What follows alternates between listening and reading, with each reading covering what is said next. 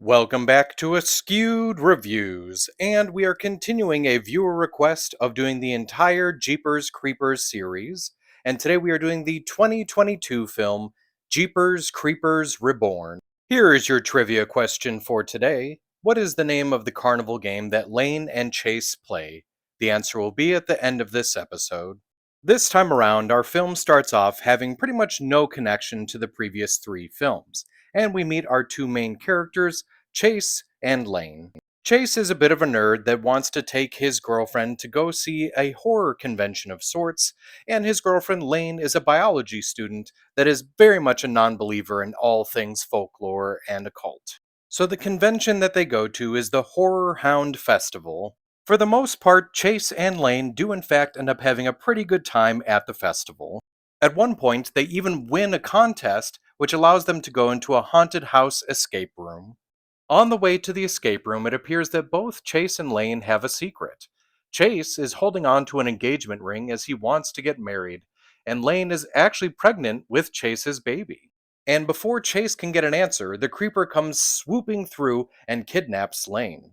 The creeper ends up taking Lane to the exact same house that the escape room was going to be taking place in.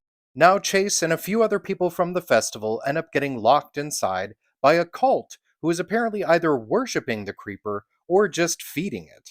We also come to find out that the creeper apparently has some nefarious plans for Lane. Now, will Lane be saved by Chase, or will the creeper be able to enact its evil plans? This movie was directed by Timo Vuorensola. There's even a reference to another film done by this director in this movie. When Chase tries to convince Lane that the creeper is real, she responds with, "And Nazis are camped out on the moon."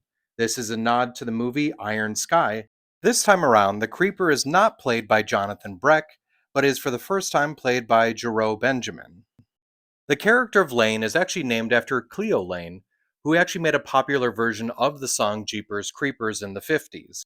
Now, in the scene where Lane is trying on different costumes for Chase, in case you didn't catch them all, the ones that she puts on are Harley Quinn, Freddy Krueger, Edward Scissorhands, and Jennifer's Body. They asked both Justin Long from the first film and Ray Wise from the second if they'd be willing to come back and make a cameo. Unfortunately, both of them did turn that down. Now, even though Justin Long's character of Derry doesn't appear in the film, there is actually a voodoo doll that looks just like him.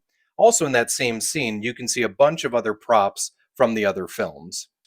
In the opening sequence, there is also a cameo from actor and actress Gary Graham and Dee Wallace. Something that is interesting is in this film, they do actually treat the original trilogy as if they were films in that reality. This movie was filmed in different parts of the United Kingdom, Louisiana, and Finland. So when it comes to the film Jeepers Creepers Reborn, this one was honestly terrible, but so was the third one. So I didn't have high hopes, but with this one, the biggest issue I had is, well, pretty much everything actually. The acting was bad, the CGI was terrible, as you could see definite scenes where the green screen was being used over and over again. I didn't think the creeper looked scary even remotely, so I'm going to give this one a 1 out of 5. Now, as for the trivia question from the beginning of this episode, what is the name of the carnival game that Lane and Chase play? The name of the game is Sharp Attack, where they are throwing throwing stars and apparently variations of the weapons that the creeper used in the previous films.